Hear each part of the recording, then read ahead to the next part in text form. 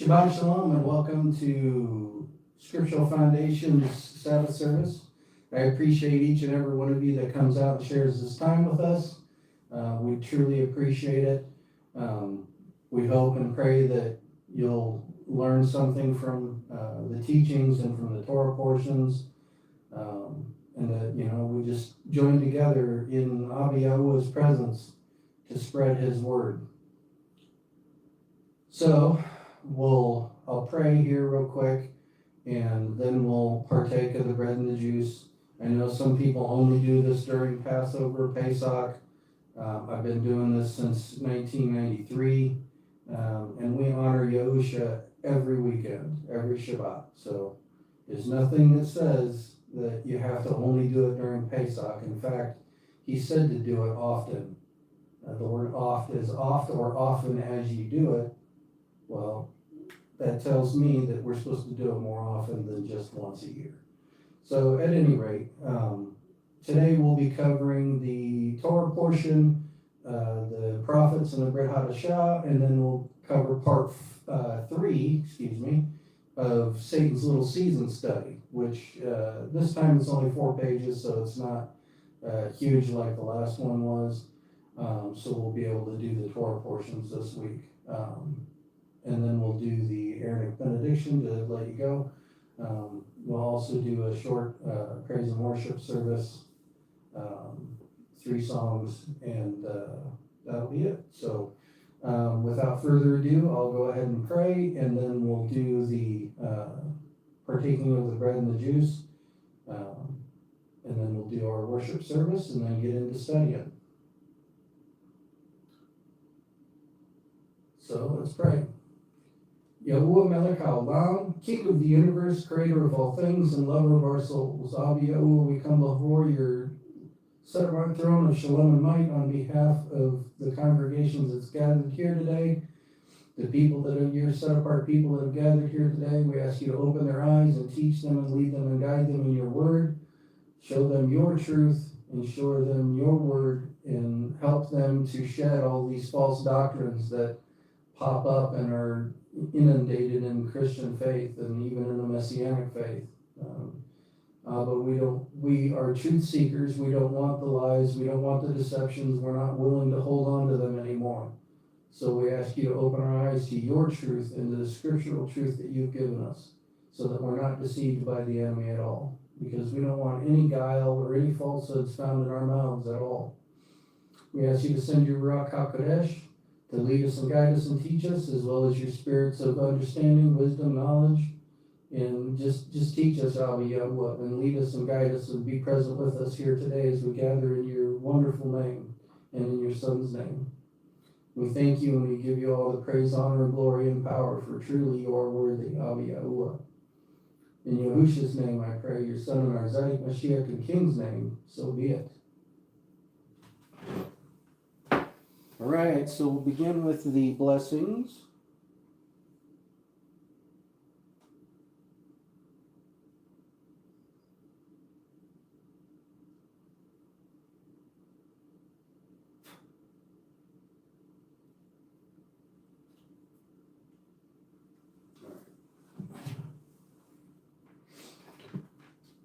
I have been standing in the past to do service. My body will no longer allow me to stand for that long period of time because it just hurts too much. So unfortunately I will be seated now as I do the service going forward. I apologize, but it's unfortunately necessary.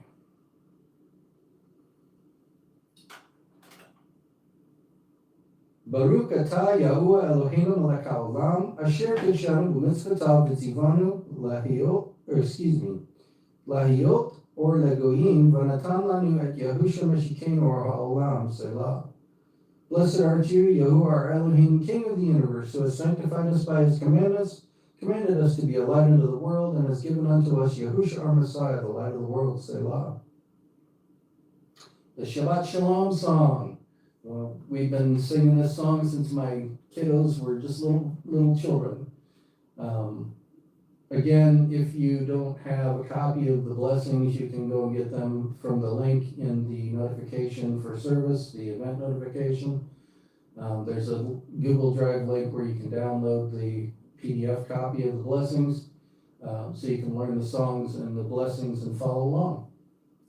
Shabbat Shalom, Shabbat Shalom, Shabbat, Shabbat, Shabbat, Shabbat Shalom, Shabbat Shalom, Shabbat Shalom, Shabbat, Shabbat, Shabbat, Shabbat Shalom, Shabbat, Shabbat, Shabbat, Shabbat Shalom, Shabbat, Shabbat, Shabbat, Shabbat Shalom, Shabbat Shalom, Shabbat Shalom, Shabbat, Shabbat, Shabbat, Shabbat Shalom.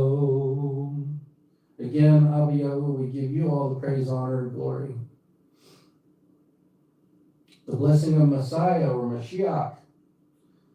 Baruch atah Yahuwah Eloheinu melech haolam, asher natan lanu et derek yesha b'Mashiach Yahusha. Blessed art you, Yahuwah, our Elohim, King of the universe, who has given us the way of salvation in Messiah Yahusha. The Vishamru. Vishamru v'nei Yisrael et ha-Shabbat l'dorotam b'rit olam. B'nei uvayan b'nei Yisrael oti le'olam. Ki sheshet yamin asa Yahuwah et ha-Shemayim va'et ha'aretz uvayam ha-Shavi'i shavat va'yinafash. Altogether, the children of Israel shall keep the Sabbath and observe the Sabbath throughout their generations as an everlasting covenant. It is a sign between me and the children of Israel forever. For in 6 days Yahuwah made heaven and earth, and on the 7th day he ceased from his work and rested. And it shall come to pass that from one new moon to another, and from one Shabbat to another, all flesh shall come to worship before me, says Yahuwah. The Ve'ohavta, and you shall love. And you shall love Yahuwah your Elohim with all of your heart, with all of your soul, and with all of your might. And have these words which I command you this day be upon your heart. You shall teach them diligently to your children. Speak of them when you sit in your house, and when you walk by the way, when you retire, and when you arise. You shall bind them for a sign upon your hand, and let them be as frontlets between your eyes. You shall write them upon the doorposts of your house and upon your gates. So we accomplish that through tefillin, which the Yehudim use, is that leather that they wrap around their arms and have the box of the commandments that sits on their forehead. Excuse me. And we use to affix the commandments on our doorposts, and upon our gates, we use the mezuzah, which has a copy of the commandments in there. Kaddish. Magnified and sanctified be Yahuwah's great name in the world which he has created according to his will. May he establish his kingdom during your life and during your days and during the life of the whole house of Israel, even swiftly and soon, Selah. Let his great name be blessed forever and to all eternity. Blessed, praised, and glorified, exalted, extolled, and honored, magnified, and lauded be the name of Yahuwah, the Holy One, blessed is he. Yahuwah is high above all the blessings and songs, praises, and consolations which are uttered in the world, Selah. May he who makes peace in his high places make peace upon us and upon all of Israel, Selah. The Shema, we like to stand and face towards Jerusalem because that is our destination. Christianity teaches that our destination is heaven, which is not the case. Heaven is coming to us. Abba Yahuwah and Yahusha are coming to us, and Yahusha is taking us to Israel. So this is our destination. That's the Holy Land. So we like to honor that by facing Israel and Jerusalem. Shema Israel, Yahuwah Eloheinu, Yahuwah Echad. Baruch Shem Kevod Malchutu Leolam Vayed. Hear, O Israel, Yahuwah our Elohim, Yahuwah is one. Blessed be his glorious name, whose kingdom is forever and ever. Selah.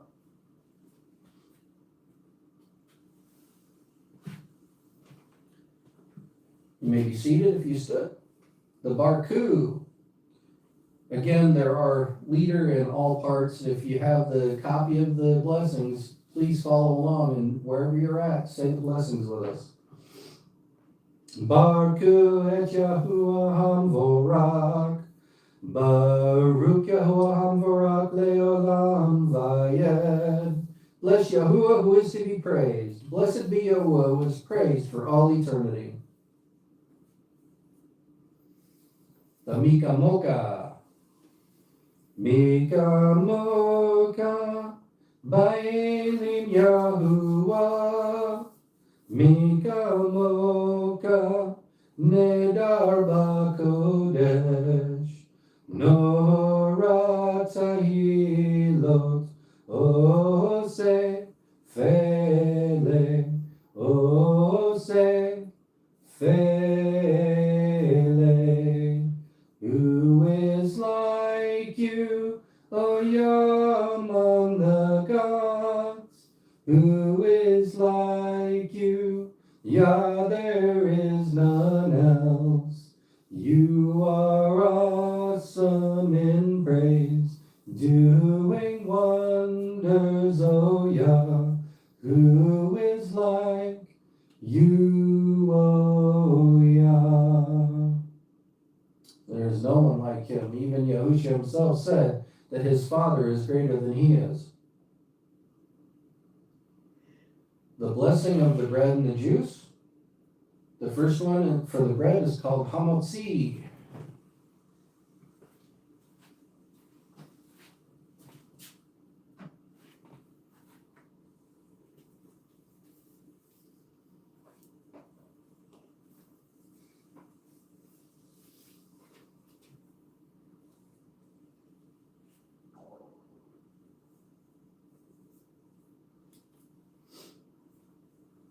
Baruch atah Yahuwah, Eloheinu melech haolam, hamotzi lechem min haaretz.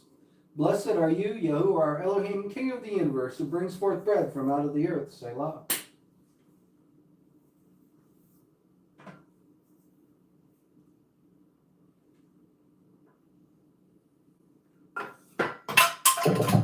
Fumble.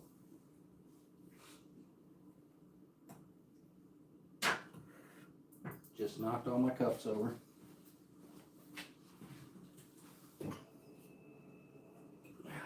I apologize.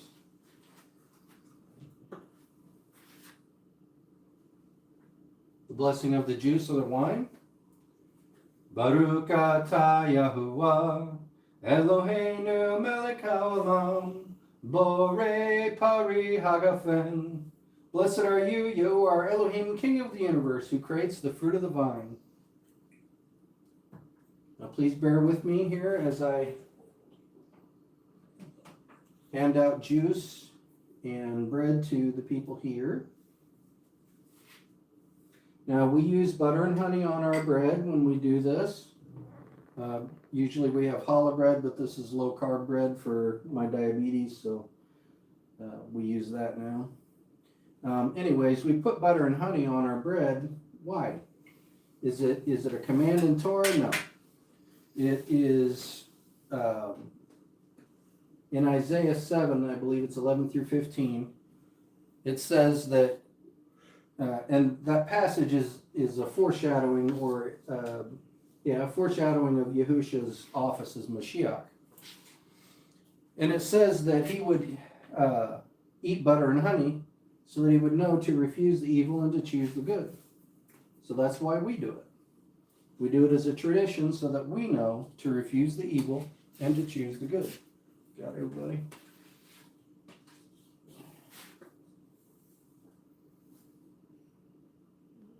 And that's definitely a good thing. Training ourselves, reminding ourselves every week to choose the good and to refuse the evil.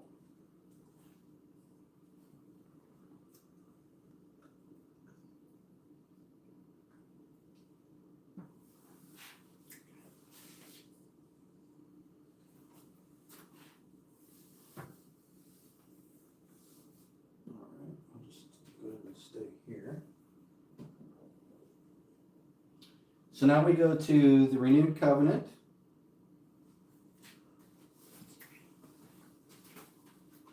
Where Yahusha, during Passover,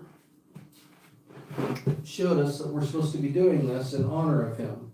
Now again, it does not say that you can only do this once a year during Pesach.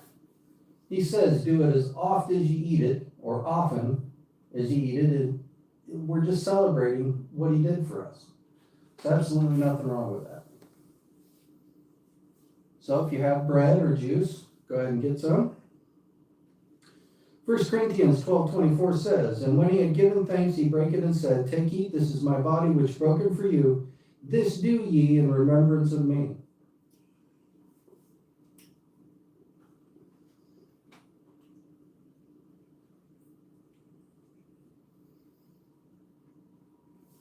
And the cup or juice. 1 Corinthians 12:25 says, after the same manner also he took the cup when he had supped, saying, this cup is the renewed covenant in my blood. This do ye as oft as ye drink in remembrance of me. For as often as ye eat of this bread and drink of this cup, you do show Yahusha's death until he comes.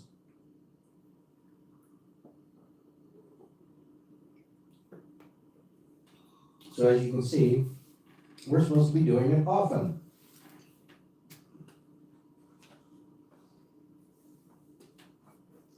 So now we will do our short praise service. We're going to listen to the shofar. I'm not very good at blowing the shofar, even though I have this beautiful shofar here.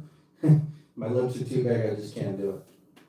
So we listen to a digital copy, and then we'll do 3 songs for praise service.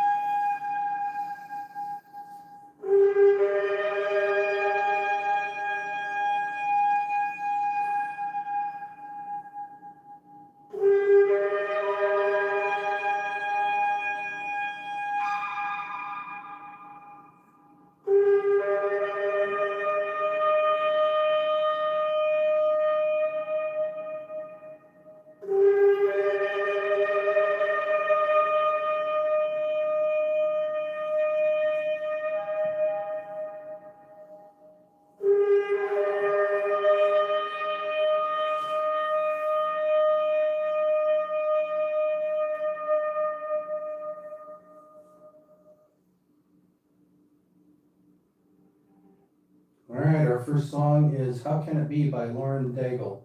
Again, if any of the songs that I play have titles or false names in them, I'm going to speak up over that so that we're honoring the true name of Yahuwah and Yahusha, just to make sure that we're not using those false pagan titles.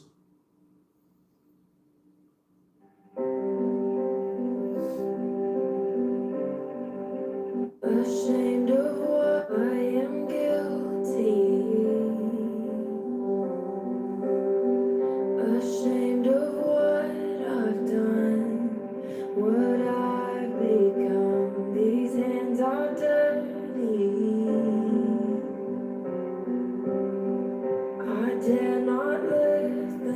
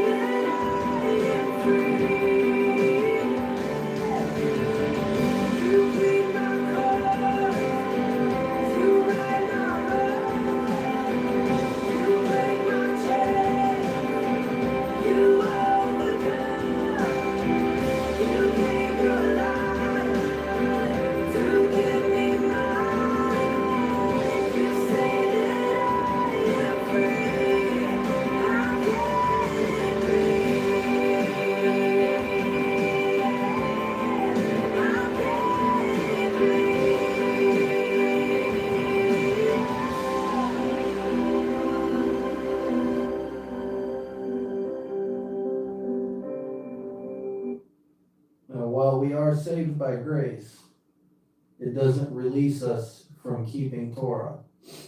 Christianity teaches that all you need is grace and then you're done. Well, this is a race. We're running down the straight and narrow road. And you can't do that without keeping Torah.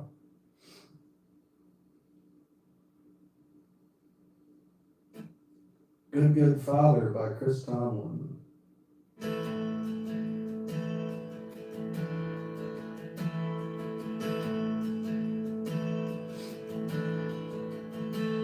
Oh, I've heard 1,000 stories of what they think you're like, but I've heard the tender whisper of love at the dead of night, and you tell me that you're pleased and that I'm never alone. You're a good, good Father. It's who you are. It's who you are. It's who you are. And I'm in love by you. It's who I am.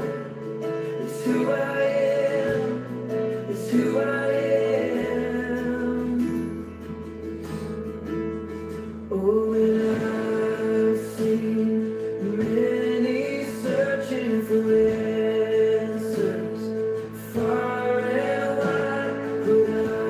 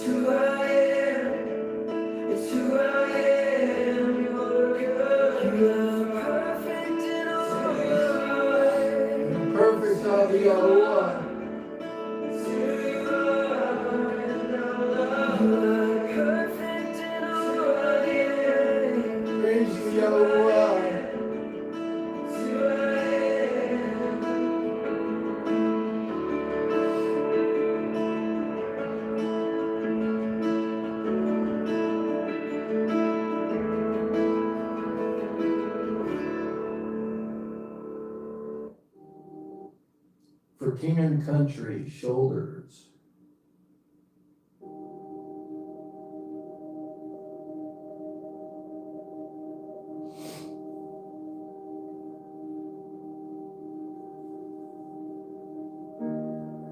I look up to the mountains. Does my strength come from the mountains? No.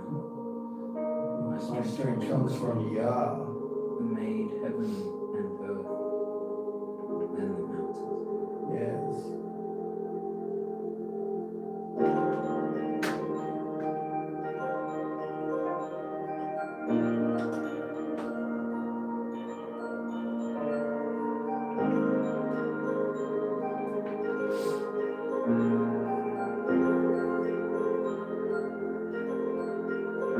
When confusion's my companion and despair holds me for ransom, I will feel no fear.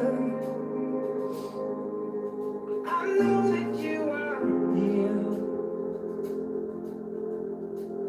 When caught deep in the valley with chaos for my company, I find my comfort here.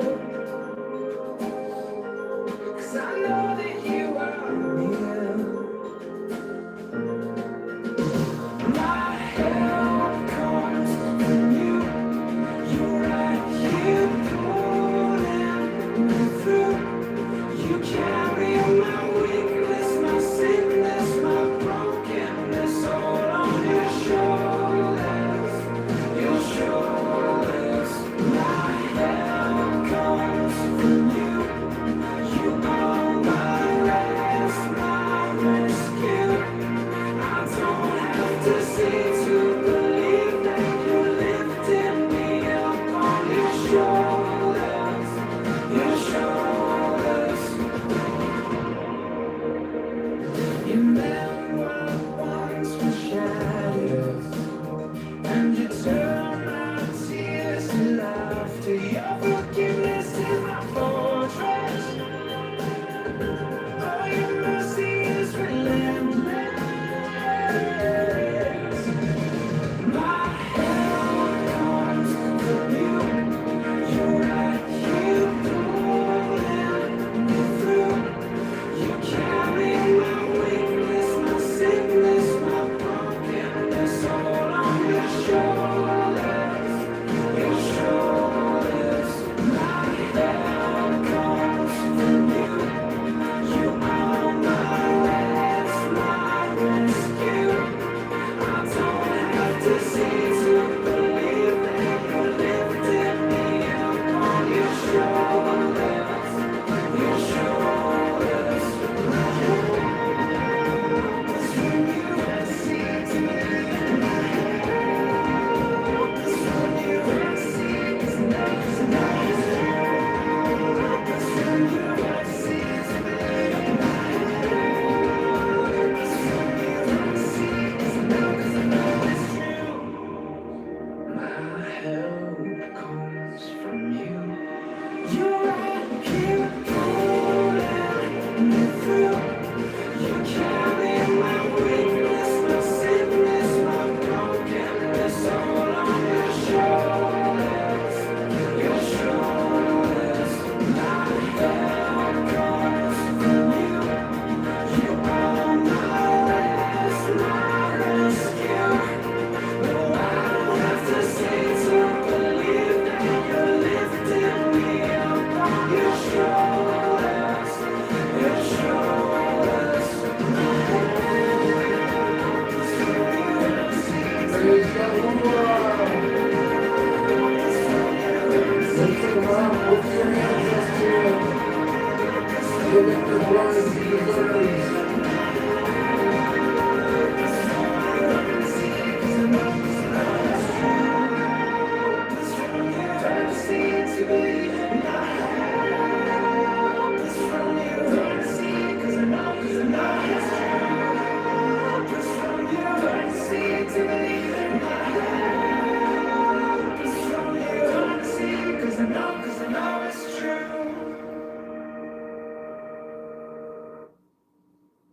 Isn't that the truth?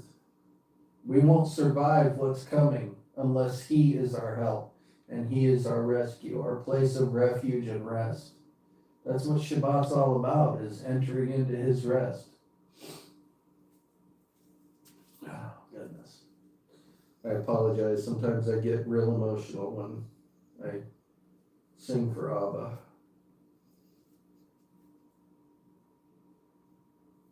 All right.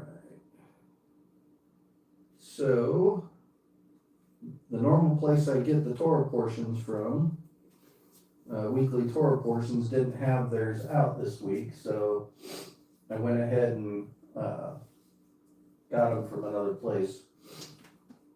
So the Torah portion is Genesis chapter 32 through the end of chapter 36.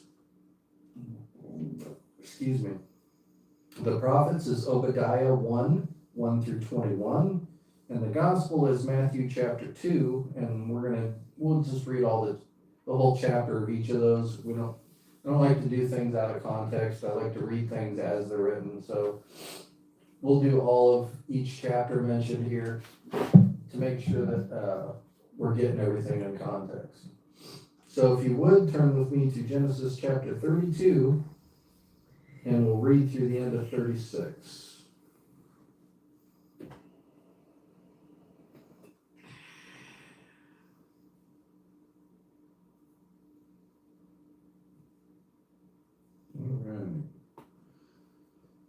And Jacob went on his way, and the messengers of Elohim met him. And when Jacob saw them, he said, "This is the camp of Elohim." And he called the name of that place Mahanaim. And Jacob sent messengers before him to Esau his brother in the land of Seir, the field of Edom. And he commanded them, saying, "Say to my master Esau, your servant Jacob said this, I have sojourned with Laban and stayed there until now. And I have bulls and donkeys and flocks and male and female servants, and I have sent to inform my master to find favor in your eyes." So the messengers returned to Jacob, saying, "We came to your brother Esau, and he also is coming to meet you, and 400 men with him." And Jacob was greatly afraid and distressed, so he divided the people that were with him, and the flocks and the herds and camels, into two groups. And he said, "If Esau comes to the one group and strikes it, then the other group, which is left, shall escape." And Jacob said, "O Elohim, my father, the Elohim of my father Abraham and Elohim of my father Yitzhak, Yahuwah, who said to me, return to your land and to your relatives, and I do good to you. I do not deserve the least of all the loving commitment and all of the truth which you have shown your servant. For I passed over this Yarden with my staff, and now I have become two groups." Isn't that like us? All of us? We don't deserve the least of all the loving commitment and truth that He gives to us. But He does it anyways. He's so faithful. "Deliver me, I pray, from the hand of my brother, from the hand of Esau, for I fear him, lest he come and shall strike me and the mother with the children. For you said, I shall certainly go do good to you, and shall make your seed as the sand of the sea, which are too numerous to count." And he spent the night there, and took what came to his hand as a present for Esau his brother, 200 female goats and 20 male goats, 200 ewes and 20 rams, 30 suckling camels with their colts, 40 cows and 10 bulls, 20 female donkeys and 10 foals. And he gave into the hand of his servants every drove by itself. And he said to his servants, "Pass over before me, and put some distance between drove and drove." And he commanded the first one, saying, "When Esau my brother meets you and asks, saying, To whom do you belong, and where are you going? And whose are these in front of you? Then you shall say, They are your servant Jacob's, is a present sent to my master Esau, and see, he also is behind us." So he commanded the second and the third, and all who followed in the droves, saying, "Speak to Esau the same word when you find him. And you shall say, Also look, your servant Jacob is behind us, for he said, Let me appease him with the present that goes before me, and after that see his face, he might accept me." And the present passed over before him, but he himself spent the night in the camp. And he rose up that night and took his 2 wives and his 2 female servants and his 11 sons and passed over the ford of Yabok.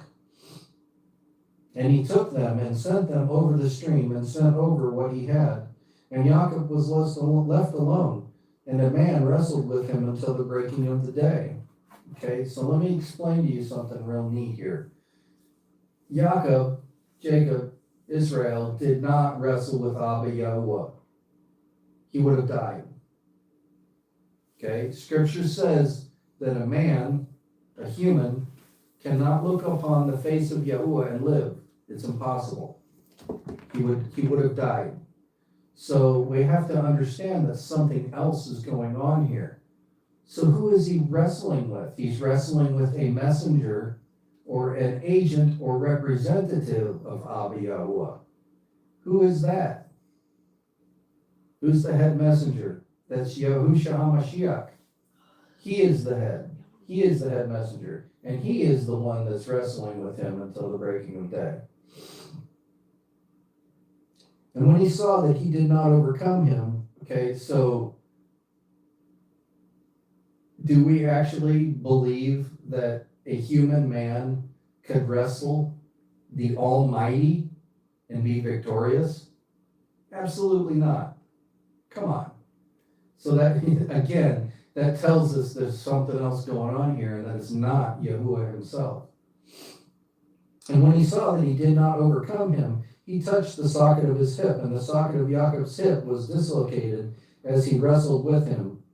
And he said, "Let me go, for the day breaks." But he said, "I am not letting you go until you have blessed me." So he asked him, "What is your name?" And he said, "Jacob." And he said, "Your name is no longer Jacob, but Israel, because you have striven with Elohim and with men and have overcome." Okay, so he's striving with Elohim because that messenger Yahusha is there on Yahuwah's authority. So it's like he's wrestling with Elohim even though Yahuwah is not there. Okay, that's all about agency, that's all about authority. And with men, we know Yahusha is a man because it says so 83 times in the New Covenant. Son of man, son of man, son of man. So he's strove with Elohim and with men and have overcome. Jacob asked him, saying, "Please let me know your name." This is so neat. "See, let me know your name." And he said, "Why do you ask about my name?" And he blessed him there. Why did he ask about his name? Well, it wasn't time yet for Yahusha's name to be revealed. Okay? So you see here that he didn't tell him his name. But he was amazed that Israel or Jacob would even ask him his name. And then when Yahusha had an encounter with Abraham, and they asked Yahusha what his name was, and he said, "Why do you ask about my name, seeing it is wondrous?" Well, who's the only one that has a wondrous name given above all other names? That's Yahusha, right? He has his father's name in his name. So this is him. And Yaakov called the name of the place Peniel, for I have seen Elohim face to face, and my life is preserved. So even he understood that if he saw Yahuwah, that he would have died. So he's called the name of the place Peniel because he thinks that he strove with Elohim face to face, which it wasn't. It was his representative, and his life is still preserved. And the sun rose on him as he passed over Penuel, and he limped on his hip. That is why the children of Israel to this day do not eat the sinew of the hip, which is on the socket of the thigh, because he touched the socket of the thigh of Jacob in the sinew of the hip. So they do that as a kind of remembrance of what happened here. Is that a Torah command? No.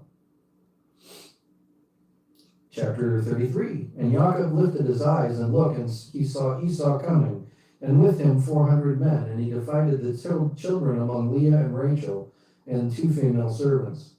And he put the female servants and their children in front, and Leah and her children behind, and Rachel and Joseph last. And he himself passed over before them and bowed himself to the ground 7 times. until he came near to his brother. And Esau ran to meet him, embraced him, and fell on his neck and kissed him, and they wept. And he lifted his eyes and saw the women and children, and said, Who are these with you? And he said, The children with whom Elohim has favored your servant. Then the female servants came near, they and their children, and bowed themselves.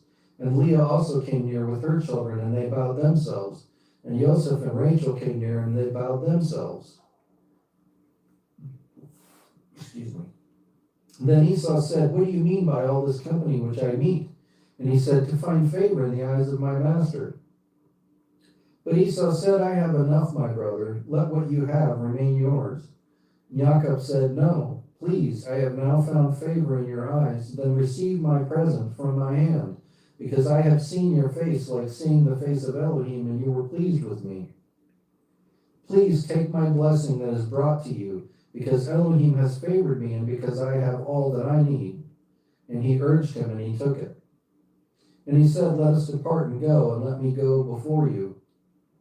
But he said to him, My master knows that the children are weak, and the flocks and herds which are nursing are with me. And if the men should drive them hard one day, all the flocks shall die. Please let my master go before his servant, and let me lead on slowly according to the pace of the livestock that go before me, and according to the pace of the children, until I come to my master and say, Here. And Esau saw and said, Please let me leave with you some of the people who are with me. But he said, Why this? Let me find favor in the eyes of my master. And Esau returned that day on his way to Seir. And Jacob set out to Succoth, and built him a house, and made booths for his livestock. That is why the name of the place is called Succoth. And Jacob came safely to the city of Shechem, which is in the land of Canaan, when he came from Padan Aram, and he pitched his tent before the city. And he bought the portion of the field where he had pitched his tent from the children of Hamor, Shechem's father, for 100 kesitah. And he set up a slaughter place there and called it El Elohe Israel. Chapter 34. And Dinah, the daughter of Leah, whom she had borne to Jacob, went out to see the daughters of the land. And Shechem, the son of Hamor the Hivite, prince of the land, saw her, and took her, and lay with her, and humbled her. And his being clung to Dinah, the daughter of Jacob, and he loved the girl, and spoke kindly to the girl. And Shechem spoke to his father Hamor, saying, Take this girl for me for a wife. And Jacob heard that he had defiled Dinah his daughter. Now his sons were with the livestock in the field, so Jacob kept silent until they came. And Hamor, the son of Shechem, went out to Jacob to speak with him. And the sons of Jacob came in from the field when they heard it. And the men were grieved and very wroth, because he had done a senseless deed in Israel by lying with Jacob's daughter, which should not be done. In other words, he raped her. Let's get down to it, right? He raped her. And so rightly so, her father and brothers are very angry at this point. But Hamor spoke with them, saying, My son Shechem's being longs for your daughter. Please give her to him for a wife. Now see, they should have done that first, right? That what he did was evil. And intermarry with us, give us your daughters, and take our daughters for yourselves, and dwell with us, and let the land be before you. Dwell and move about it, and have possessions in it. And Shechem said to her father and to her brothers, Let me find favor in your eyes, and whatever you say to me I give. Ask for me a bride price, and gift ever so high, and I give according to what you say to me, but give me the girl for a wife. But the sons of Jacob answered Shechem and Hamor his father, and spoke with deceit, because he had defiled Dinah their sister. And they said to them, We are not able to do this matter to give our sister to one who is uncircumcised, for that would be a reproach unto us. Only on this condition do we agree to you. If you become as we are, you to have every male of you circumcised, then we shall give our daughters to you, and take your daughters to us. We shall dwell with you and become one people. But if you do not listen to us and become circumcised, and we shall take our daughter and go.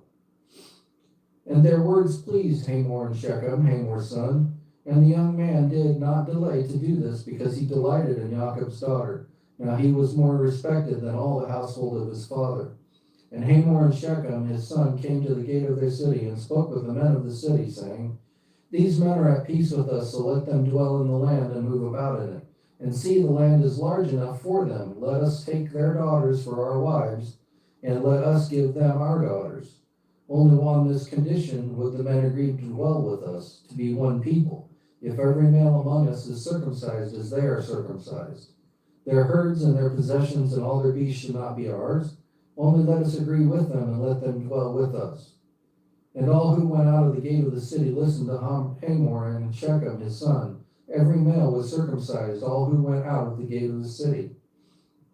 And it came to be on the third day, when they were in pain, that the two sons of Jacob, Shimon and Levi, Dinah's brothers, each took his sword and came boldly upon the city and killed all the males. And they killed Hamor and Shechem his son with the edge of the sword, and took Dinah from Shechem's house and went out. And sons of Jacob came upon the slain and plundered the city, because they had defiled their sister. They took their flocks and their herds and their donkeys and that which was in the city and that which was in the field, and all their wealth, and all their little ones and their wives they took captive, and they plundered all that was in the houses.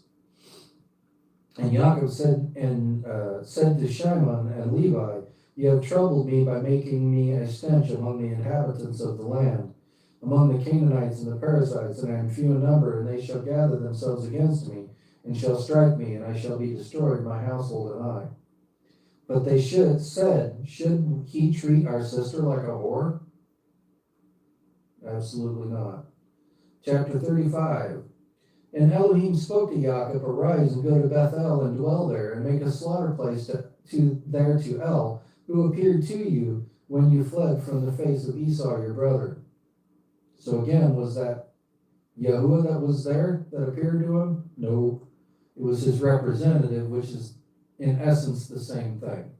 If Abba sends a messenger or agent to you to speak to you, even though Yahuwah Elohim is not standing before you, his authority, his name, and his power are all resting on that individual. So it's just like he is standing in front of you even when he's not. That's called agency. And Jacob said to his household, and also all that who were there with him, Put away the foreign mighty ones that are among you, and cleanse yourselves, and change your garments. And let us arise and go up to Bethel, and there make a slaughter place to El, who answered me in the day of my distress, and has been with me in the way which I have gone. So they gave Jacob all the foreign mighty ones which were in their hands, and all their earrings which were in their ears, and Jacob hid them under the terebinth tree, which was near Shechem. And they departed, and the fear of Elohim was upon the cities that were all around them, and they did not pursue the sons of Jacob. And Jacob came to Luz, that is Bethel, which is in the land of Canaan, and he and all the people who were with him. And he built there a slaughter place, and called the place El Bethel, because there Elohim appeared to him when he fled from the face of his brother. And Deborah, Rivkah's nurse, died, and she was buried below Bethel under the terebinth tree, so the name of it was called Alon Bakuth. And Elohim appeared to Jacob again when he came from Padan Aram and blessed him. Okay, so again, is this Yahuwah that's appearing before him? No, it's his agent. Otherwise he would have fallen over dead. And Elohim said to him, Your name is Jacob, your name is Jacob, your name is no longer called Jacob, but Israel is your name. So he called his name Israel. And Elohim said to him, I am El Shaddai, be fruitful and increase. A nation and a company of nations shall be from you, and sovereigns come from your body. And the land which I gave Abraham and Yitzhak I give to you, and to your seed after you I give this land. Okay, so who does the land of Israel belong to? It sure ain't the Palestinians. The creator of the universe gave it to Israel. Did he not? And Elohim went up from him in the place where he had spoken with him. And Jacob set up a standing column in the place where he had spoken with him, a monument of stone, and he poured a drink offering on it, and he poured oil on it. And Yaakov called the name of the place where Elohim spoke with him, Bethel. Then they set out from Bethel, and it came to be, when there was but a little distance to go to Ephrath, that Rachel began to give birth, and had great difficulty giving birth. And it came to be, when she was having great difficulty giving birth, that the midwife said to her, "Do not fear, for it is another son for you." And it came to be, as her life was going out, for she died, that she called his name Ben-Oni, but his father called him Benjamin. So Rachel died and was buried on the way to Ephrath, that is Bethlehem. And Yaakov set a standing column on her burial place, which is the monument of Rachel's burial place to this day. And Israel set out and pitched his tent beyond the tower of Eder. And it came to be, when Israel dwelt in the land, that Reuben went and lay with Bilhah, his father's concubine. And Israel heard about it. Now the sons of Yaakov were 12. The sons of Leah were Reuben, Yaakov's firstborn, and Shimon, and Levi, and Yehuda, and Yissachar, and Zebulun. The sons of Rachel were Joseph and Benjamin. The sons of Bilhah, Rachel's female servant, were Dan and Naphtali. The sons of Zilpah, Leah's female servant, were Gad and Asher. These were the sons of Yaakov, or Israel, who were born to him in Padan Aram. And Yaakov came to his father Yitzhak at Mamre, or Kirath Arba, that is Hebron, where Abraham and Yitzhak had dwelt. And the days of Yitzhak were 180 years. So Yitzhak breathed his last and died, and was gathered to his people, aged and satisfied of days, and his sons Esau and Yaakov buried him. And this is the genealogy of Esau, who was Edom. And Esau took his wives from the daughters of Canaan, Adah, the daughter of Elon, the Hittite, and Aholibama, the daughter of Anah, and the daughter of Sibon, the Hivite, and Basemath, and Yishmael's daughter, sister of Nebaioth. And Adah bore Eliphaz to Esau, and Basemath bore Reuel. And Oholibama bore Yeush, and Yalam, and Korah. These were the sons of Esau who were born to him in the land of Canaan. And Esau took his wives, his sons, and his daughters, and all the beings of his household, and his herds, and all his beasts, and his possessions which he had gained in the land of Canaan, and went to a land away from the presence of his brother Yaakov. For their possessions were too great for them to dwell together, and the land of their sojournings could not support them because of their herds. So Esau dwelt in Mount Seir. Esau is Edom. And this is the genealogy of Esau, the father of the Edomites, in Mount Seir. These were the names of Esau's sons: Eliphaz, son of Adah, wife of Esau, and Reuel, son of Basemath, wife of Esau. And the sons of Eliphaz were Taman, Omar, Sepho, and Gatam, and Kenaz. And Timnah was the concubine of Eliphaz, Esau's son, and she bore Amalek to Eliphaz. These were the sons of Adah, Esau's wife. These were the sons of Reuel, Nahath, and Zerah, Shema, and Mizah. These were the sons of Basemath, Esau's wife. These are the sons of Oholibama, Esau's wife, the daughter of Anah, the daughter of Tibon. And she bore to Esau Yeush, and Yalam, and Korah. These were the chiefs of the sons of Esau. The sons of Eliphaz, the firstborn of Esau, were chief Taman, chief Omar, chief Sepho, chief Kenaz, chief Korah, chief Gatam, chief Amalek. These were the chiefs of Eliphaz in the land of Edom. They were the sons of Adah. And these were the sons of Reuel, Esau's son, chief Nahath, chief Zerah, chief Shema, chief Mizah. These were the chiefs of Reuel in the land of Edom. These were the sons of Basemath, Esau's wife. And these were the sons of Oholibama, Esau's wife, chief Yeush, chief Yalam, and chief Korah. These were the chiefs descending from Oholibama, Esau's wife, the daughter of Omah. excuse me. These were the sons of Esau, who is Edom, and these were their chiefs. These were the sons of Seir, the Horite, who inhabited the land, Lotan and Shobal and Sibon and Anah, and Dishon and Etzer and Dishan. These were the chiefs of the Horites, the sons of Seir in the land of Edom. And the sons of Lotan were Horai and Hamam. Lotan's sister was Timnah. These were the sons of Shobal, Alwan and Manahath and Ibal and Shepho and Onam. These were the sons of Sibon, both Ayah and Anah. This was the Anah who found the water in the wilderness as he fed the donkeys of his father Sibon.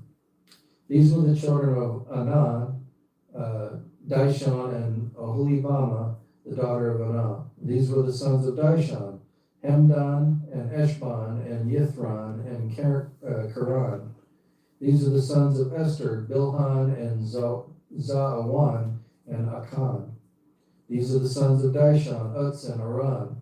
These are the chiefs of the Horites, Chief Lotan, Chief Shobal, Chief Zibon, and Chief Anah, Chief Dishon and Chief Etzer and Chief Dishon. These were the chiefs of the Horites according to the chiefs in the land of Seir.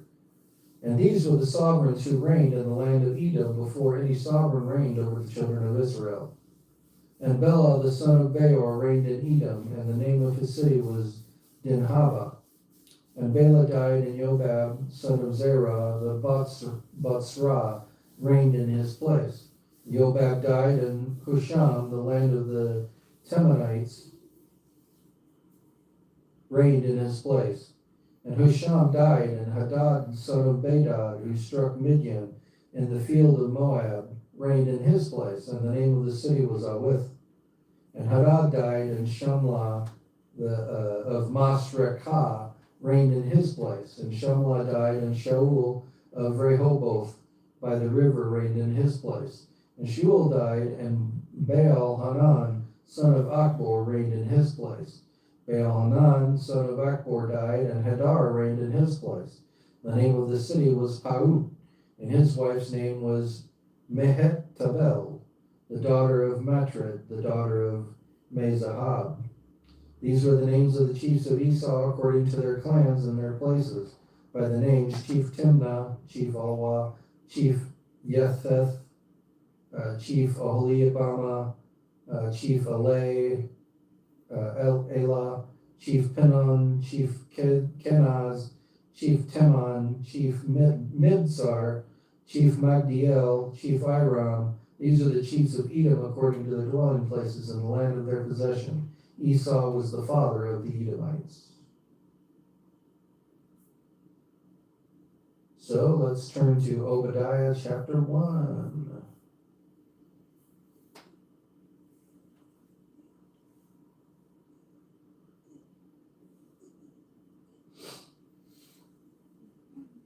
All right, Obadiah.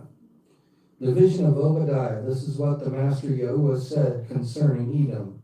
We have heard a report from Yahuwah, and a messenger has been sent among the nations, saying, Arise and let us rise up against her for battle. See, I have made you small among the nations. You are greatly despised. The pride of your heart has deceived you, you who dwell in the clefts of the rocks, whose dwelling is high, who say in your heart, Who shall bring me down to the ground? Lots of pride there. Though you rise high as the eagle, and though you set your nest among the stars, from there I will bring you down, declares Yahuwah. If thieves came to you, if robbers by night, how ruined you would have been. Would they not steal till they had enough? If grape gatherers had come to you, would they not leave gleanings? How Esau shall be searched out, his hidden treasure shall be sought out. All your allies shall send you forth to your border. Your friends shall deceive you and overpower you. They make your bread a snare under you, without you discerning it. In that day, declares Yahuwah, I shall destroy the wise men from Edom and discernment from the mountains of Esau. And your mighty men shall be discouraged, O Teman, so that everyone from the mountains of Esau is cut off by killing. Because of your violence against your brother Yaakov, let shame cover you. and you shall be cut off forever. In the day that you stood on the other side, in the day that strangers took captive his wealth, when foreigners entered his gates and cast lots for Yerushalayim, you also were like one of them.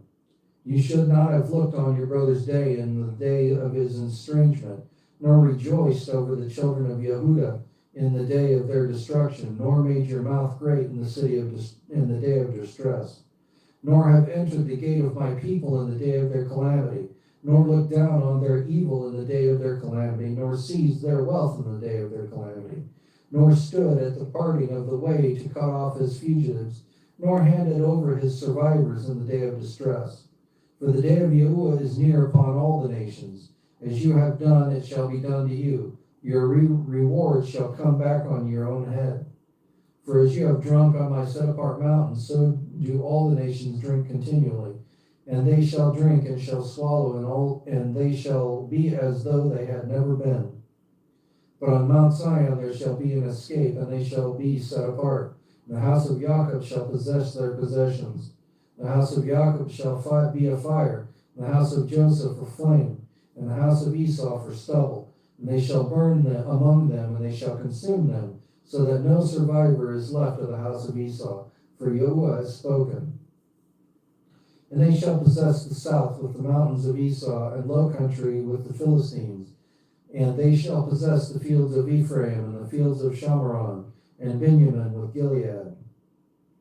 And the exiles of the host of the children of Israel possess that of the Canaanites as far as Zarephath.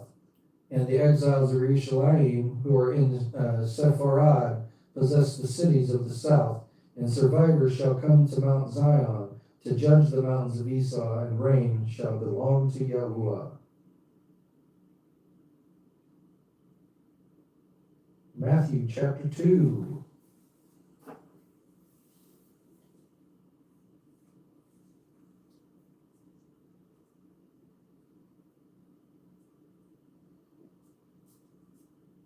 Matthew chapter 2.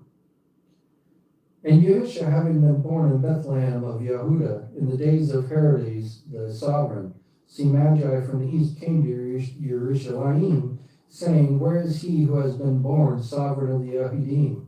For we saw his star in the east, and have come to reverence him. And Herodes the sovereign, having heard, was troubled, and all Yerushalayim with him. And having gathered all the chief priests and scribes of the people together, he asked them where Messiah was to be born. And they said to him, In Bethlehem of Yehudah, for thus it has been written by the prophet. But you, Bethlehem, in the land of Yehudah, you are by no means least among the rulers of Yehudah, for out of you shall come a ruler who shall shepherd my people Israel. Then Herodes, having called the Magi secretly, learned exactly from them what time the star appeared. And having sent them to Bethlehem, he said, Go and search diligently for the child. And when you have found him, bring back word to me, so that I too might go and do reverence to him. So he was lying, though. His goal was to kill, because he didn't want to lose his power, his kingship. And he knew that the king of the Jews, Yehudim, was born, and his goal, his mind, was to kill him.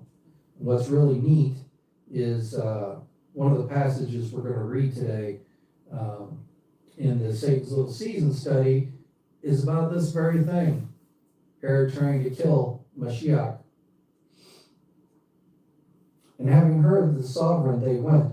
And see, the star which they had seen in the east went before them, until it came and stood over where the child was. And seeing the star, they rejoiced with exceedingly great joy. And coming into the house, they saw the child with Miriam, his mother, and fell down and did reverence to him. And opening their treasures, they presented him gifts of gold and frankincense and myrrh. And having been warned in a dream that they should not return to Herodes, they departed from their own, for their own country by another way. And when they had left, see, a messenger of Yahuwah appeared to Joseph in a dream, saying, Arise, take the child and his mother, and flee to Mitzrayim, and remain there until I bring you word, for Herodes is about to seek the child to destroy him. And rising up, he took the child and his mother by night, and departed from Mitzrayim, and remained there until the death of Herodes, to fill what was spoken by Yahuwah through the prophet, saying, Out of Mitzrayim I have called my son. Excuse me.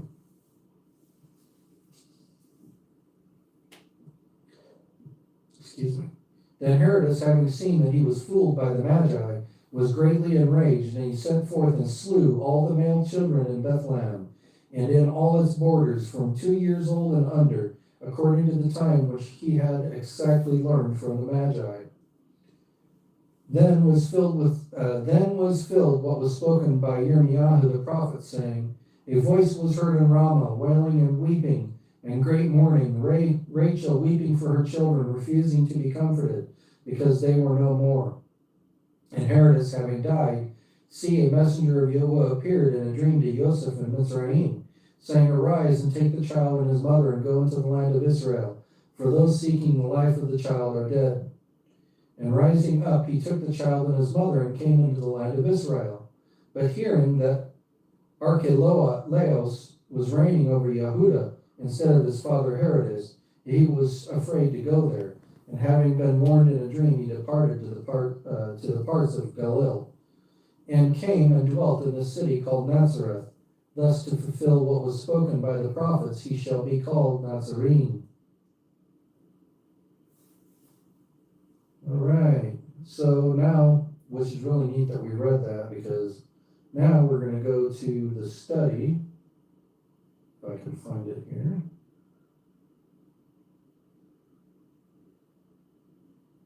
Here we go. All right, Satan's Little Season, Part 3. All right, so we're going to see in Revelations and Matthew, when we cover all this, we're going to be bringing up scriptures about that very thing we just read. In Satan's Little Season, Part 2, we covered the first 3 signposts.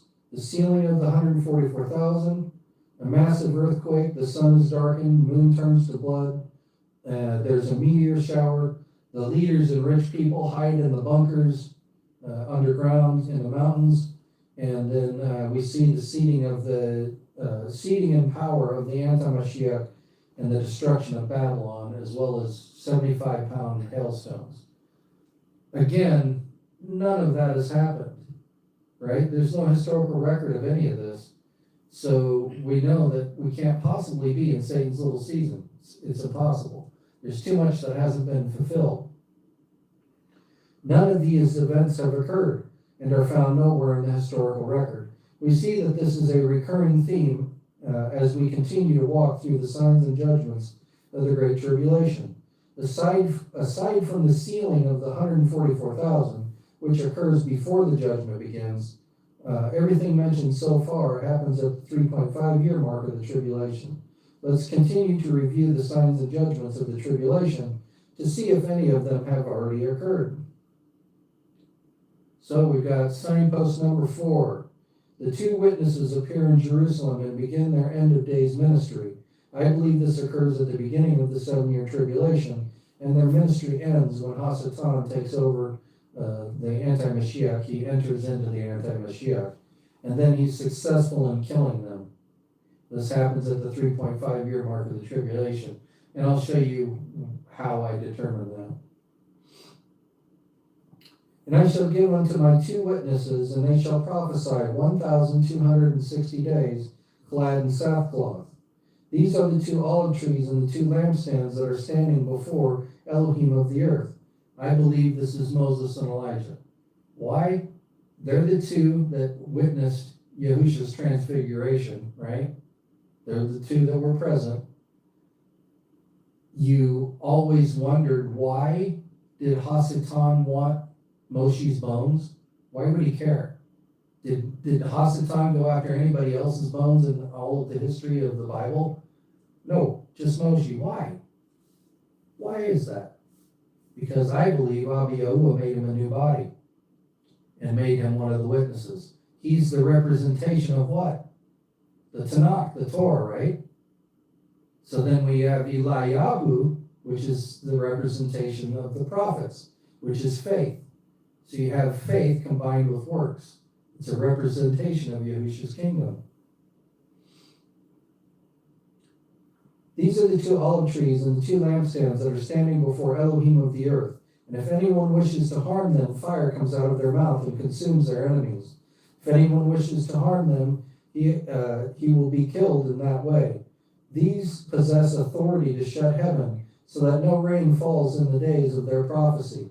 And they possess authority over waters to turn them to blood, and to smite the earth with all plagues, as often as they wish. And these are all the birthing pains. The first 3.5 years, it's all birthing pains. It's not the judgment. So they're going to be hitting the earth with all kinds of plagues and judgments, even though this isn't the judgment. This is just the beginning of it. And when they have ended their witness, the beast coming up out of the pit of the deep shall fight against them. Okay, so this is giving us an idea of when it's going to happen, right? We know that the Antichrist takes his power and authority at the 3.5 year mark. And the last 3.5 years is his reign. Okay? So their ministry happens before that. What does Abba Yahuwah always do before he judges? He warns. He sends out his messengers, his witnesses, and he warns. That's what their job is. They're to warn the earth of what's coming. And people that don't turn are going to be destroyed.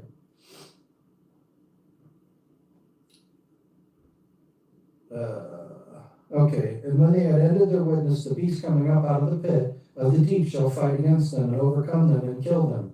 And their dead bodies lie in the street of the great city, which spiritually is called Sodom and Mizraim, where also our master was impaled. And some of the peoples and tribes and tongues and nations see their dead bodies for 3.5 days, and not allow their dead bodies to be placed into tombs. And those dwelling on earth rejoice over them and exult.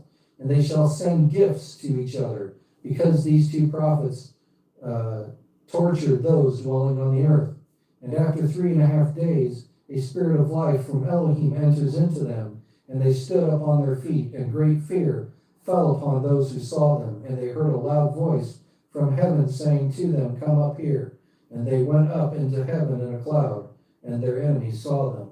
So when their ministry ends, the judgment begins, because their warning has been given. Now the earth has no excuse. Signpost number 5. The false prophet, which I believe is the Roman Catholic Pope, is revealed. The mark of the beast is implemented, and the image of the beast is set up on the Temple Mount. Revelations 13:11-18. And I saw another beast coming up out of the earth, and he had 2 horns and a lamb, like a lamb, and spoke like a dragon. Okay, this is the false prophet of the Antimashiach, represented by a Baphomet. Wow, that's shocking. We all know that in Rome, they have a statue of Baphomet. Again, I believe this is the harlot church in Rome, and Catholicism and the Pope. Verse 12, and he exercises all the authority of the first beast in his presence, and causes the earth and those who dwell in it to worship the first beast, whose deadly wound is healed. I want you to notice something here. When it talks about the Antichrist being wounded, he doesn't just get wounded, he dies. Deadly wound is death. Okay, and other verses support that he doesn't just get injured, he gets killed. And Hasatan enters his body and brings him back to life and takes over.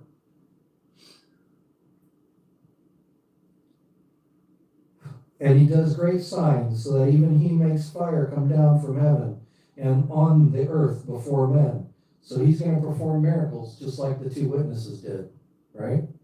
And he leads astray those dwelling on the earth because of those signs which he has given to do before the beast, saying to those dwelling on the earth to make an image to the beast who was wounded by the sword and yet lived. Okay, so the false prophet causes the image of the beast to be created. I believe this to be an AI synthetic human made in the likeness of the Anti-Mashiach. And the reason I think this is AI is because he gives life to that entity. He literally breathes spirit into it. So it's a demonic possession brings that AI to life. And there was given to him to give spirit to the image of the beast, that the image of the beast should both speak and cause to be killed as many as would not worship the image of the beast. So the false prophet brings the image of the beast to life via demonic possession, which then calls for the killing of anyone who refuses to worship the image of the beast. It will be the first AI that has emotions and is fully self-aware. And he causes all, both small and great, and rich and poor, and free and slave, to be given a mark upon their right hand or upon their foreheads, and that no one should be able to buy or sell except he who has the mark or the name of the beast or the number of his name. I believe this is an RFID implant. Infrastructure is already in place. They have already installed hand scanners at Whole Foods. You can go there and look at them. Even though right now they're not being used, why are they there then?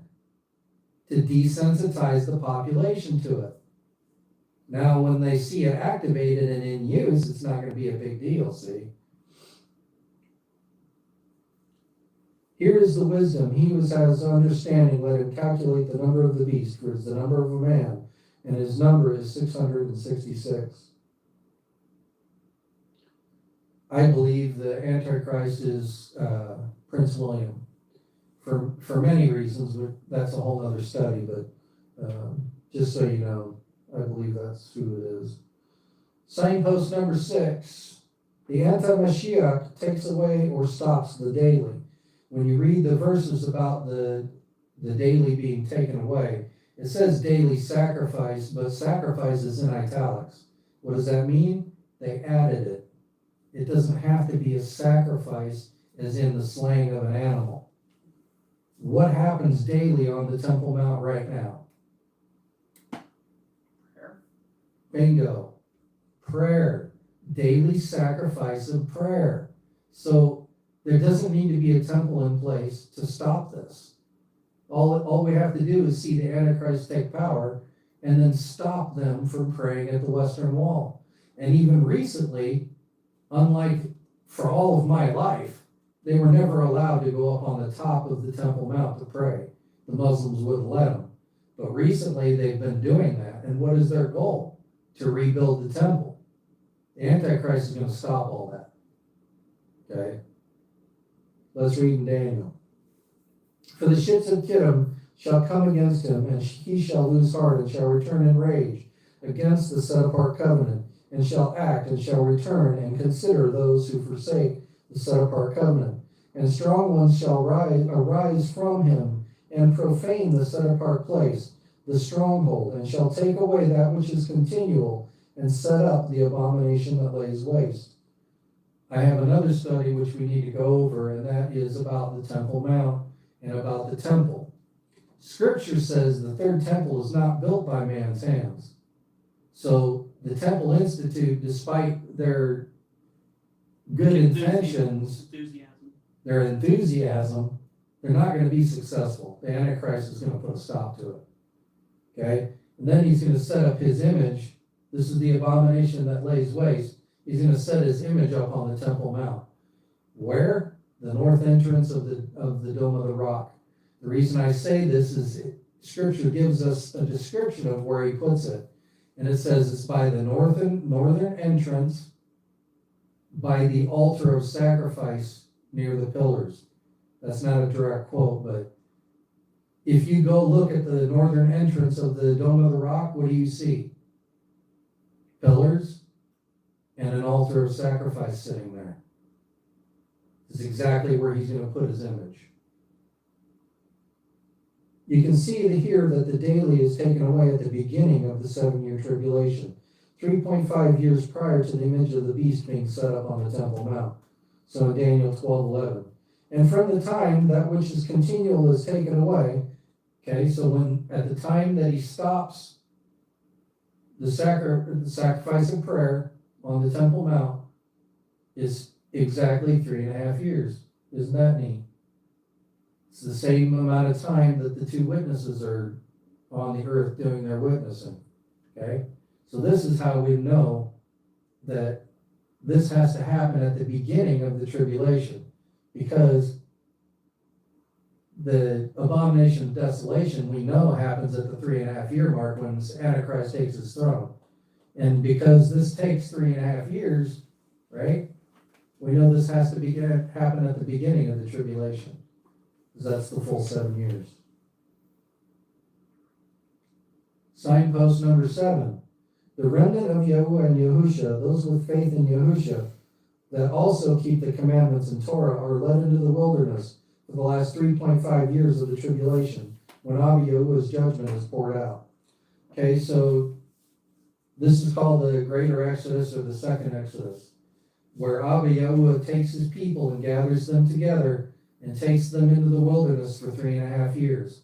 Now, in this coming section, we're going to read about, this passage is one of the reasons why the Catholics venerate Mary, because of this passage. They say, well, she's the head of the church. No, it's just symbolism showing that she brought forth the church through Mashiach, right? She gave birth to him. It doesn't make her mighty or godly or any of that stuff that the Catholics do. Okay, so this chapter begins by telling the story of Yahusha's birth. So what we're going to see here is it's going to give us a breakdown of what happened with Yahusha when he was a baby. Okay, that's the first part of it. But then at the end, it's going to switch over from talking about that to talking about the second Exodus. So it's using the same imagery for both. Why? Well, what did we just read about Mary and Joseph? Where did they do? What happened to them? Herod was seeking to kill Yahusha, so they fled where? To Egypt for 3.5 years, for 3.5 years. It's going to be the same thing. Hasatan's going to try to kill us. He's going to seek after us to kill us, and we're going to go into the wilderness for 3.5 years during the judgment. I believe the woman here is twofold representation of Mary, Yahusha's earthly mother, and the remnant of Yahusha. The crown of 12 stars that she wears represents the remnant of the 12 tribes of Israel, who come out of the church. There are 12,000 sealed from each tribe who have both faith in Yahusha and who keep the commandments of Torah of Yahuwah. Also of note in this chapter talks about two separate events involving Hasatan. Number 1, Satan and his angels rebel and lose their positions in heaven, which happened before Yahusha's birth. How do I know that? Because he said he saw it happen. So while he was in spirit form, he saw Hasatan falling. Okay? So that was a long time ago. The second thing we're going to see is Satan and his angels are cast out of heaven. So up until the point where he's cast out of heaven, in other words, he's no longer allowed to go to and fro. When Scripture talks about Satan, it says, where were you? Well, he was going to and fro between the earth and heaven, accusing the brethren, accusing the saints, right? That's his whole business. But we're going to see that he is cast out of heaven completely and not allowed to return. That's when he gets raged, and that's when he goes after us. Revelations 12, 1 through 17. And a great sign was seen in the heaven, a woman clad with the sun, and with the moon under her feet, and on her head a crown of 12 stars. And being pregnant, she cried out in labor and in pain to give birth. And another sign was seen in heaven, and see a great fiery red dragon, having 7 heads and 10 horns. Doesn't that sound familiar? The 10 horns? And 7 crowns on his heads, and his tail draws a third of the stars of heaven and throws them to earth. Okay, this is the first one. This is the rebellion of Hasatan and his angels when they were kicked out of their positions for rebellion. Scripture reveals that this event occurred right before Yahusha entered his human body while he was still a spirit. Scripture says specifically that Yahusha witnessed this happening. And the dragon stood before the woman who was about to give birth to devour her child as soon as it was born. Again, this is Hasatan's attempt to kill Yahusha through Herod. You read Matthew 2, 13 through 18, which we just read in our Torah portion. And she bore a male child who was to shepherd all nations with a rod of iron, and her child was caught away to Elohim and to his throne. Okay? So this is Yahushua's death, burial, and resurrection and ascension to heaven. What's really neat is it is estimated that Joseph and Mary hid in Egypt for 3.5 years. Why? Because it's a foreshadowing of what we're going to go through. And the woman fled into the wilderness, where she has a place prepared by Elohim to be nourished there 1,260 days. And there came to be fighting in heaven. Okay, so now we're talking about the second occurrence of Satan being cast out permanently. And the dragon and his messengers fought, but they were not strong enough, nor was a place found for them in the heaven any longer. And the great dragon was thrown out, that serpent of old called the devil and Satan, who leads the world astray. And he was thrown to the earth, and his messengers were thrown out with him.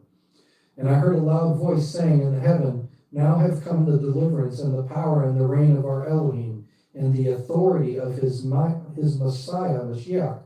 For the accuser of our brothers, who accused them before Elohim day and night, has been thrown down. So again, he's no longer allowed to come to and fro between the earth and heaven. And he knows he's only got a short time left. And they overcame him because of the blood of the Lamb and because of the word of their witness. What's the blood of the Lamb represent? Faith, grace, mercy, right? What is the word of our witness? That's the word, that's the Torah. So how did they overcome Hasatan? By having both Torah, obedience, and faith in Yahushua. This is a clear reference to the remnant. And notice that they keep Torah, and they did not love their lives unto the death. Verse 12, okay, so now we've seen that the remnant is going out into the wilderness to be protected during the judgment. Now we see Hasatan was thrown out of heaven, so now he knows he's got little time, so now he's wroth, he's angry. Because of this rejoice, O heavens, and you who dwell in them. Woe to the earth and to the sea, because the devil has come down to you, having great wrath, knowing that he has little time. And when the dragon saw that he had been thrown to the earth, he persecuted the woman who gave birth to the male child. Okay, that's the church. It's a symbolism of the church, right? It's not just us, the remnant, but Christians are considered the church. They're just disobedient children, and they're going to go through judgment because of that.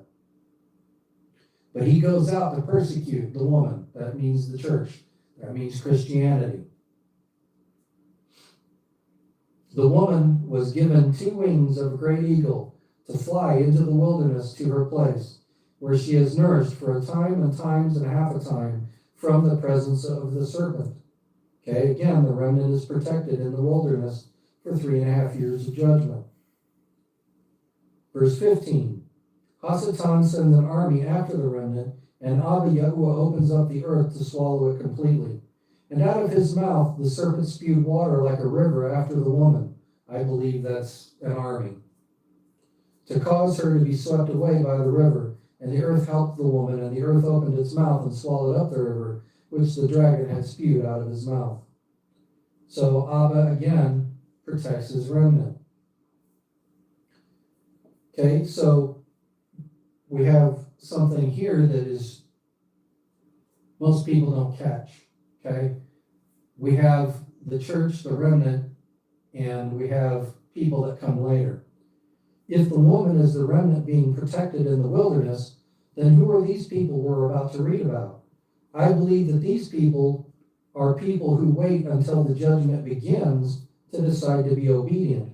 And as such, they are not sealed and protected in the wilderness during the tribulation. In other words, when Abba Yahuwah seals his people, that's it. You can't get sealed after that. That's it. It's done. That's the remnant. Okay?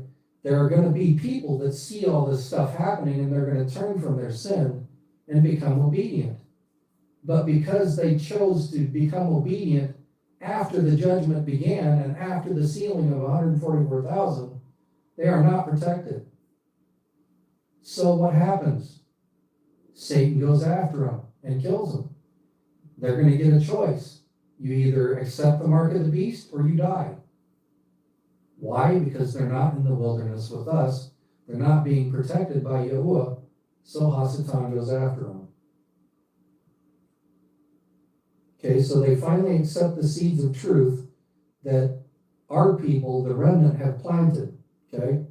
They combine their faith with Torah obedience. So Hasatan goes after them when he is unsuccessful going after the remnant, because he knows that they are not sealed and they are not protected. And the dragon was enraged with the woman, and he went to fight the remnant of her seed, those guarding the commands of Elohim and possessing the witness of Yahushua Messiah. So again, these are believers that rejected Torah and were not sealed before the judgment began. If they were obedient before the sealing of the remnant, they would be in the wilderness with the rest of us. However, because they did not choose obedience before the judgment came, they will not be protected from the judgment, and Hasatan will force them to choose between physical life and spiritual life. Those who give up their life by refusing the mark of the beast will be welcomed into Yahuwah's kingdom as martyrs. So again, we can see that none of this stuff has happened. None of it. And for Hasatan's little season to be present here, all the things we've covered in parts 1, 2, and now part 3 have to have been occurred. They all have to have happened. Which tells you what? That doctrine is nonsense. It's a false doctrine. And the reason I did this study is because it's becoming more and more prevalent among Messianics, just like the flat earth and the lunar Sabbath and Zadokite calendars. All that stuff is false. It's false doctrines. If you're stuck in those things, you got to get out of it. Because Yahuwah said that when he seals his remnant, they're people that there's no guile, no falsehoods found in their mouths. What does that mean? That means they've given up all of those false doctrines that they held in Christianity, and they no longer ascribe to them. They ascribe to truth only. That's why I called this group Scriptural Foundations, because we want our foundation on Yahushua, right? He's the word of Yahuwah. We want our foundation built on truth, right? We have no desire for any false doctrines whatsoever. I used to believe all those false doctrines in Christianity. The rapture, that Yahushua is also Yahuwah in the flesh. I used to believe all that stuff, but Abba opened my eyes to it. And that's why I started this group, because he wants me to show others. Well, as you can see, by these people here, there are people that are listening, okay? There are people that are going to turn from their sin, but it's going to be too late. So they're going to have to lose their lives. Well, don't be too late. Shed those doctrines, those false doctrines of Christianity. Shed them now and get them out of your life. Because Abba Yahuwah is going to come for a bride without spot or wrinkle, right? Yahushua's coming back for a bride without spot or wrinkle. So again, you got to get out of these false doctrines. If you have any questions at all about this stuff, do not comment on the video in YouTube. I don't get any notifications of it. Send me a private message or comment in the event post and tag me. Tag my name, Scriptural Foundations, or Derek Yochanan Preminger, and I will answer your questions there. So again, I hope you learned some neat stuff here. There's a lot of meat in this short little thing, but it's very important for us to know. So now we'll do the Aaronic benediction, and then I will let you guys go.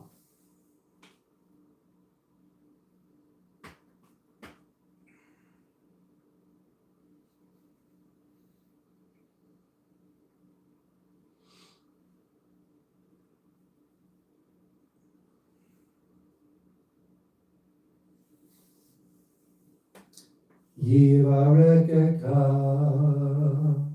Yahuwah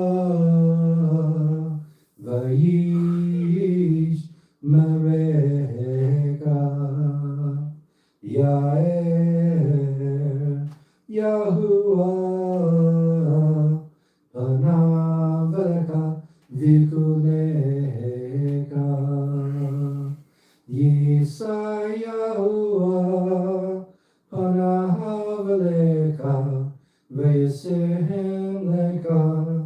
lecha shalom. B'Shem Yahushua HaMashiach Saha Shalom Shalom.